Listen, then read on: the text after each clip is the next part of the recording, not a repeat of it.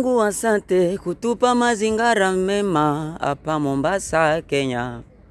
Tumekuja pamoja kama jamii, tuepushe uchafu. Asante Anika TV, tuko wengi na watu mingi. Thank you. All right. Mambo vipi bana? Asafi sana. Bana, sijui unaitwa nani? Kwa majina naitwa Brother Sezo, John Sezo. Brother John Sezo. Yes. Brother John Sezo. Naona umesafiri all the way from kule ulikotoka mpaka umehakisha kwamba umefika Little Theatre Mombasa. Yes. Kuhakisha kwamba umekuja kuzungumzia masuala ya mazingira hapa Mombasa, na vile vile pia kujitayarisha tu kwa siku ya kusherehekea mazingira dunia nzima. Siku ya mazingira dunia nzima ambayo itakuwa ni Alhamisi, siku tu baada ya kesho.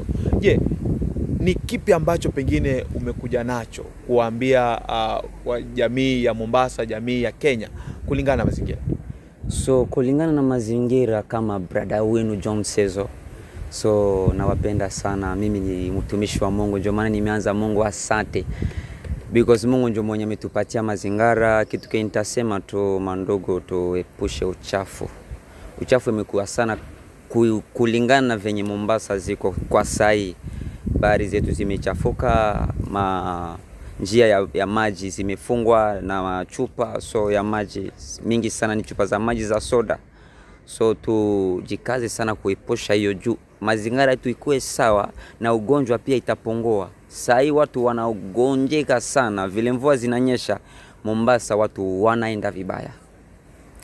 Na pengine tu kwa ufupi utuambie pengine ni muda ambao umekuwa Mombasa. Pengine umekuwa Mombasa kwa muda upi, na pengine ni changamoto zipi ambazo umeona Mombasa ambazo pengine kule katika nchi yenu uzioni kulingana na mazingira? Ni changamoto zipi?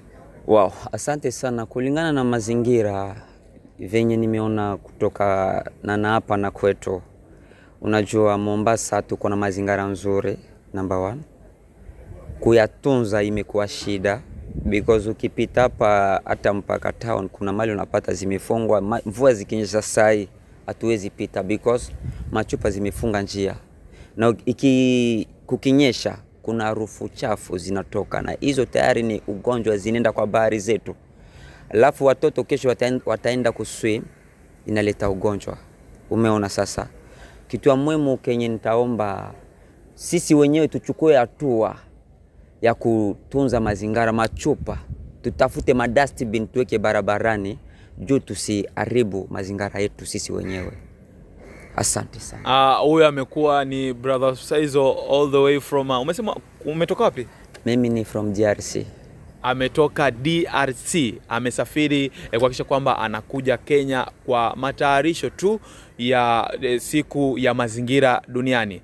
Basi mimi naitwa Sitati, Anika TV.